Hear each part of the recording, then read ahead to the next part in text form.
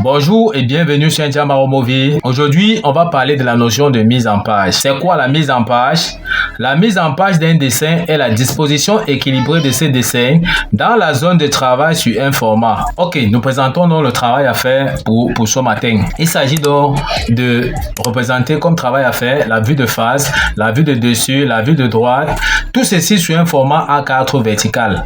Et également, on demande de bien représenter la mise en page. Donc, on demande de représenter donc le travail à faire à l'échelle 1 sur 1. On demande donc de calculer les codes X et Y pour la mise en page. Parce que pour pouvoir donc représenter la vue de face, la vue de dessus, la vue de droite, pour que tout ceci soit centré donc dans la zone de travail sur notre format, il va falloir bien calculer la mise en page. Ok, on voit donc l'exercice. Nous vous prions donc de rester jusqu'à la fin de la vidéo, suivre la vidéo jusqu'à la fin parce que d'ici la fin de la vidéo, nous allons laisser un exercice que vous allez également traiter, puis nous laisser vos réponses en commentaire pour montrer que vous avez suivi la notion donc de mise en page au cours de cette vidéo. Ok, pour parler donc de mise en page, il va falloir connaître déjà les dimensions d'un format, du format de son dessin. Aujourd'hui, nous allons travailler sur un format A4 vertical, c'est-à-dire le format est positionné suivant la verticale. Ok, la largeur d'un format A4 tout simplement donc c'est 210 et la longueur d'un format, c'est-à-dire cette longueur-ci, qui tend d'ici jusqu'ici pour un format A4, c'est 297 mm. Donc, pour pouvoir effectuer les calculs de la mise en page, on commence toujours sur un brouillon tel qu'on voit ici en illustration. Il va falloir déjà bien disposer ses vues sur un format. Comme pour cet exemple-ci, on voit donc le travail à faire. Il est question donc de représenter la vue de face. On voit dans le cadre qu'on a représenté ici susceptible donc de contenir la vue de face sur notre format. On a demandé de représenter également donc la vue de dessus. Or, comme nous sommes en train de travailler suivant la norme européenne, la vue de dessus se place donc en bas de la vue de face. C'est pour ça qu'on voit là comment on a disposé la vue de dessus ici en bas de la vue de face. On a également donc demandé de représenter la vue de droite. La vue de droite se place à gauche de la vue de face telle qu'on voit ici. Donc, on peut donc voir comment on a bien disposé nos vues suivant la norme européenne. Une fois donc bien positionné ces vues, il va falloir définir dans les dimensions de la zone de travail telle qu'on voit ici comme c'est défini en rouge là. La zone où on viendra tout simplement donc implanter notre dessin tel qu'on voit ici en illustration sur le format. D'accord? Ok, comme nous avons dit, la largeur du format c'est 210.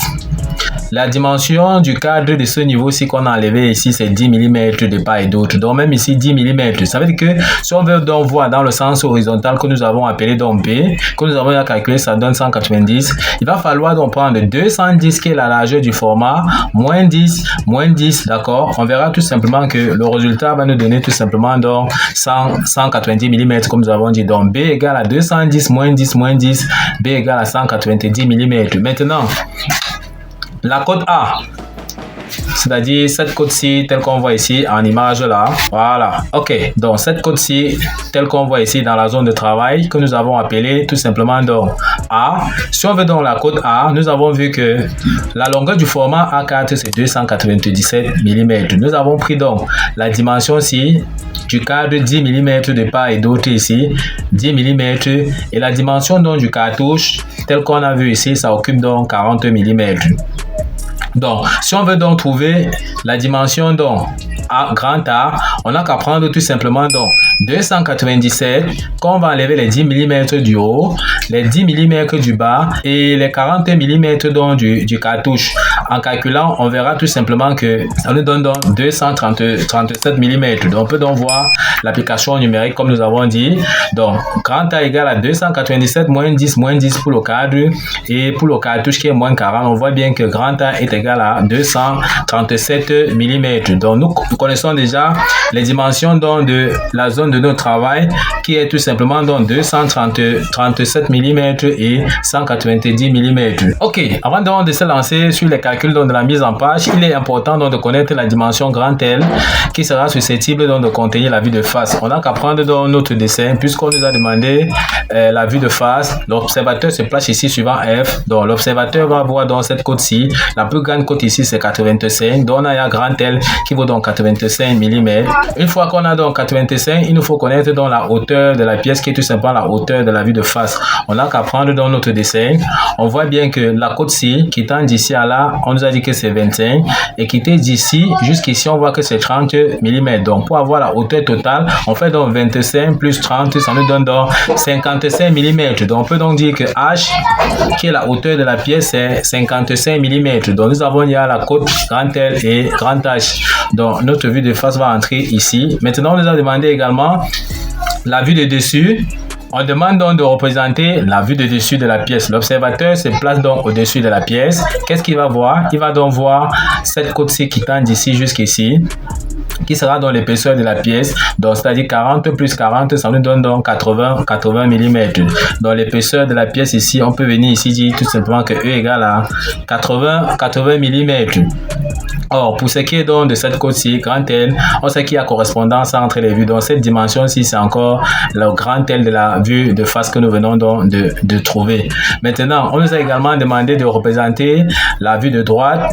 La vue de droite, les dimensions donc de la vue de droite. Lorsque l'opérateur sera ici à droite de la pièce, il va également donc voir l'épaisseur de la pièce ici. Il va aussi également voir la hauteur de la pièce. Or, nous avons vu que l'épaisseur de la pièce ici, c'est tout simplement 40 plus 40. Ça nous donne tout simplement 80 mm. Donc, E égale à 80 mm. Pour ce qui est de la hauteur, il y a correspondance entre les vues. Donc, la même hauteur de la vue de face ici, on voit que ça sera également la hauteur de la vue de droite, puisqu'il y a correspondance donc entre les vues, tel qu'on voit ici, il y a correspondance entre les vues. Donc une fois que ceci est déjà bien défini, qu'on a trouvé la côte grand L, la côte grand E et la côte H, on peut donc passer maintenant au calcul donc de la mise en page. Il est question donc d'appeler l'espace ci entre la zone de travail grand X suivant l'horizontale, grand X ici et ici la grand X. Donc il est question donc de trouver grand X pour que la vue de droite et la vue de face soient donc centrées sur notre zone de travail. Comment on va donc trouver grand X? On n'a qu'à prendre tout simplement donc 190 mm puisque nous sommes dans le sens horizontal. On voit bien que grand X part dans le sens horizontal. Nous avons vu que cette côte-ci c'est 190 mm. On n'a qu'à prendre donc moins l'épaisseur, moins la longueur, le tout divisé par combien? Divisé par 3 parce qu'on aura ici x, x, x. Ça fait donc 3x. Donc il y a 3 fois x. On peut donc voir l'application comme nous avons dit. X égale à 190 moins E moins L divisé par 3 parce qu'on a 3 fois x comme on a dit ici. Si on avait 4 fois x, on devait diviser ici par 4.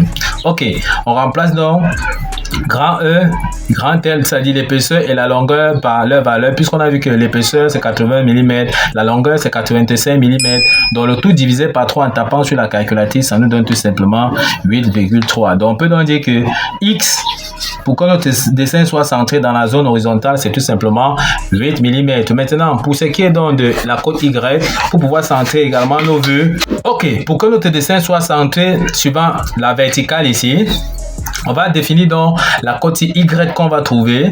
On définit donc encore l'espace Y et on définit encore également l'espace Y. Donc si on parvient donc à trouver Y, on saura également que notre dessin sera dans la vue de dessus et la vue de face sera bien centré donc sur notre zone de travail suivant l'axe, suivant le sens vertical.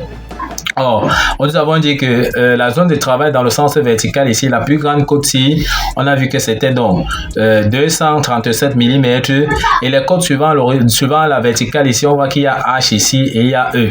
Donc, pour pouvoir trouver donc les valeurs donc, de Y ici, on n'a qu'à prendre donc 237 mm moins E moins H, le tout divisé par 3, d'accord, et on aura tout simplement la valeur de Y. Comme pour X tout à l'heure, on voit qu'on aura donc Y ici une fois, deux fois et trois fois. Donc ça sera tout simplement donc divisé par 3. On peut donc regarder tout simplement ici l'application donc numérique de ce que nous sommes en train de dire tout à l'heure. La cote donc de Y sera tout simplement égale à 237 moins H moins E, le tout divisé par 3. La valeur de H, la hauteur de la pièce, on a vu tout à l'heure que c'était 55 mm. E, l'épaisseur de la pièce est 80 mm. En remplaçant donc H, qui est donc la hauteur de la pièce par sa valeur, et E par sa valeur tout simplement, On va donc trouver tout simplement ici 237 moins 55 moins 80, le tout divisé par 3 parce qu'on a aussi 3 fois y, d'accord, pour que notre dessin soit centré. En tapant donc sur la calculatrice, ça nous donne tout simplement 34 mm. Donc on peut donc dire que y c'est 34 mm. Donc voici les codes grand X et grand Y qu'on doit représenter seulement sur notre format pour que nos différentes vues que nous venons de voir soient centrées sur le format. Ok, nous vous présentons donc le résultat que nous avons tracé aux instruments tel qu'on peut voir ici en respectant tout simplement ce que nous avons dit. Nous avons mis non, la valeur de X qui était donc 8,3. Ensuite nous avons mis la valeur de E qui est 80. Ensuite nous avons encore mis X qui est 8,3. Nous avons vu la valeur de grand L qui est 85 et on a donc le reste ici qui est X. On peut donc observer comment suivant l'horizontale ici notre dessin sera centré puisque la vue de face sera ici et la vue de droite sera là. On peut donc voir que l'espace de la zone de travail, on voit bien comment le dessin est bien équilibré, d'accord, sur la zone de travail. Même chose sur la verticale, comme nous avons dessiné avec les instruments. On a donc cette côte qui est Y qu'on a mis 34 mm comme on a vu tout à l'heure. Ensuite, on a mis la hauteur de la pièce 55. Ensuite, on a mis la côte Y 34 mm. Puis, on a mis la côte de 80 mm qui est dans l'épaisseur de la pièce. Et on voit que le reste ici va nous donner tout simplement donc 34 mm. On peut donc voir comment notre dessin est donc centré également suivant la verticale. D'accord, on peut voir comment notre dessin est donc bien centré suivant la verticale, tel que l'espace ci égale à l'espace ci égale à l'espace ci qui vaut donc 34 mm. Ok, on vous laisse donc un exercice d'entraînement pour que vous entraînez là et vous nous laissez donc vos réponses en commentaire pour montrer que vous avez bien compris cette leçon. Ok, voici donc l'exercice à faire à la maison et de laisser vos réponses en commentaire. On demande donc de représenter comme travail à faire la vue de face, la vue de dessus, la vue de droite sur un format A4 mais plus vertical, mais cette fois-ci horizontale. On demande bien de faire la mise en page, de calculer les codes grand X et grand Y, d'accord, que nous venons de calculer. Puis de laisser vos réponses en commentaire pour que nous vérifions pour voir si vous avez bien maîtrisé la notion de la mise en page. Donc horizontale, ce que nous avons fait tout à l'heure, le format était placé comme ceci, mais cette fois-ci on dit horizontal, le format sera placé de manière horizontale. Tout à l'heure nous avons fait de manière verticale, mais cette fois-ci la disposition de vos vues seront placées dans le sens horizontal. Il va falloir donc calculer également les mêmes codes grand X et grand Y pour pouvoir donc centrer votre dessin dans la zone de travail. Ok, nous sommes comme ça arrivés au terme de cette vidéo.